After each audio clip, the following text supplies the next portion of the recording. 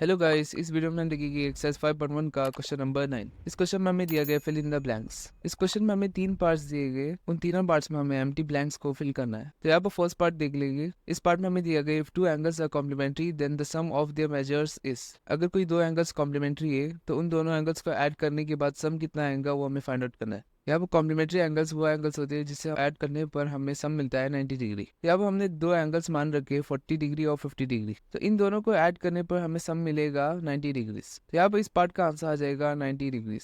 Second part में हमें दिया गया if two angles are supplementary then the sum of their measures is. अगर कोई दो एंगल सप्लीमेंट्री है तो उन दोनों एंगल्स को ऐड करने पर हमें सम क्या मिलता है वो हमें फाइंड आउट करना है। सप्लीमेंट्री एंगल्स वो एंगल्स होते हैं जिसे ऐड करने पर हमें सम मिलता है 180 डिग्रीज। तो यहाँ पर हमने दो एंगल्स माना है 115 डिग्री और 65 डिग्री का, तो इन दोनों को ऐड करने पर हमें सम मिल रहा है 180 डिग्रीज। तो इस पार्ट का आंसर आ जाएगा 180 डिग्रीज।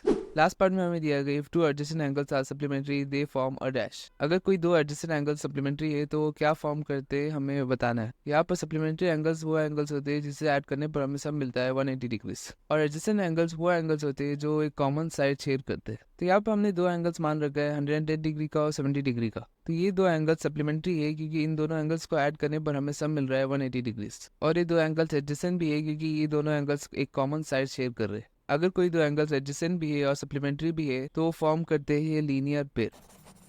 लीनियर पेयर के अंदर दो एंगल्स एक कॉमन साइड शेयर करते हैं और उन दोनों एंगल्स के नॉन कॉमन साइड्स एक स्ट्रेट लाइन फॉर्म करते हैं। तो इस स्ट्रक्चर को हम लोग कहेंगे लीनियर पेयर। तो हमारा क्वेश्चन नंबर 9 कंप्लीट हो चुका है।